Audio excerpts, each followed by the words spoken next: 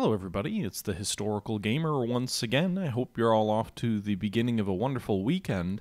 Today's video is going to be a bit of a departure from the last couple of weeks of focusing mainly on War in the Pacific and Strategic Command. And that's because a couple of weeks ago I discovered, or it was brought to my attention, that there's a new game coming out which I thought looked kind of interesting.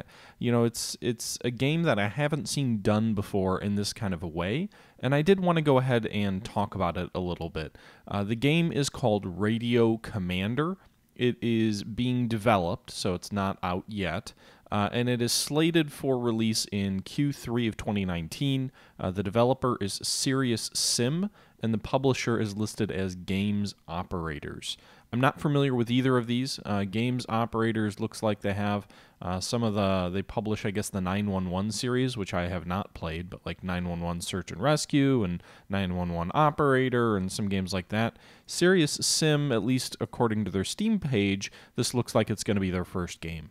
And I think it's very unique. We can debate whether it will be successful, but why don't we go ahead and take a look at the trailer that has been shared thus far, keeping in mind that this game isn't slated to come out for at least another, third quarter doesn't start for 6 more months. So it won't come out for a minimum of 6 more months. So obviously this is not a finished product, but this is the sort of the teaser trailer that they released on their Steam page and on their Facebook page, etc. So let's take a quick look at that, and then I'll kind of provide my thoughts after the break. Bird 1, this is Papa Bear. Move to LZ, over. Papa Bear, this is Bird 1, moving into position. Out.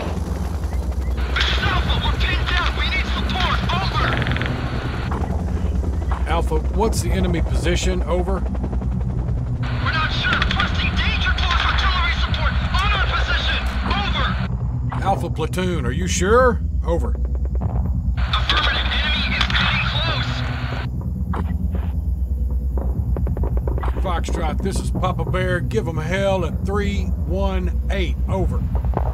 Roger. Get ready for fireworks.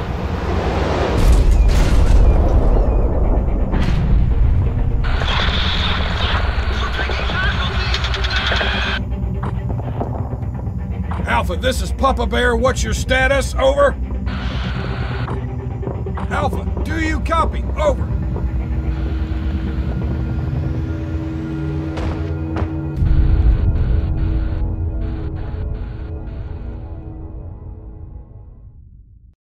So that's the trailer to Radio Commander. The description on Steam says that in Radio Commander you're playing as an American military commander serving in the U.S. Army during the Vietnam War. You'll be carrying a heavy burden as your mission is to coordinate military operations taking place between 1965 and 1967.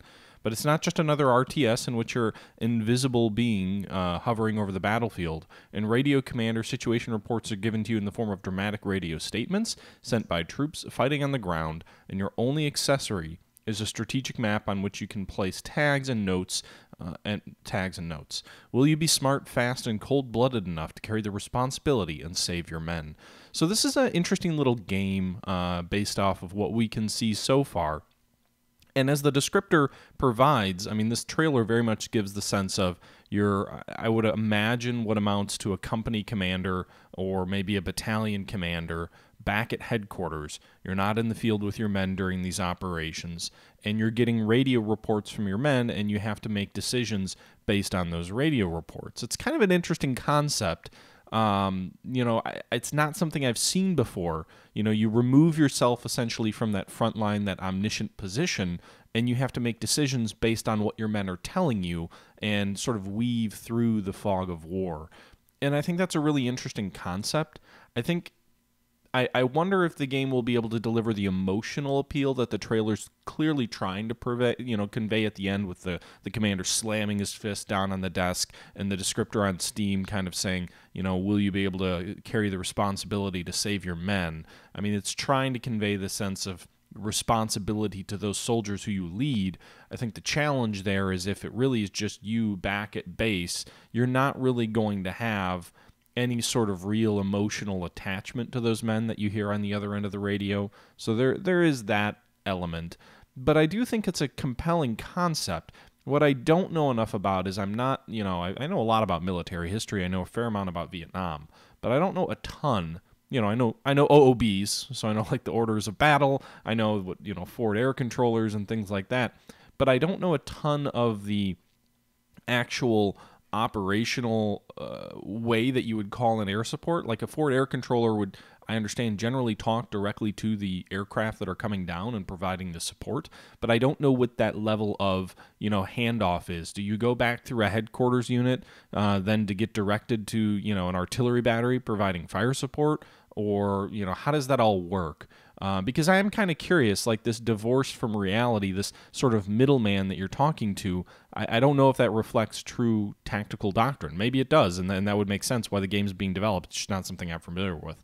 Still, I think that Radio Commander tells a different type of a story, because there definitely is to some extent, I don't know what that extent is, but there definitely is to some extent this element of separation between commanders at certain levels and their troops in the field. Even in a game, even in a movie like We Were Soldiers, it sort of conveys at various times you go back essentially into, it's probably like the division headquarters as they're hearing about, the battalion that's engaged at LZ X-Ray, and there's a few sort of glib remarks. You never really learn much about them, but you do get this sense of commanders back at the base tracking the battle.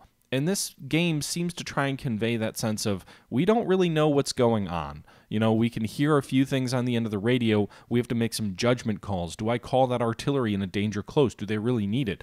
I'm not clear in the video or in the trailer that you see if the casualties that they're taking are somewhat from your own artillery fire, which is causing them then to be overrun, or if the artillery fire didn't come in close enough or what.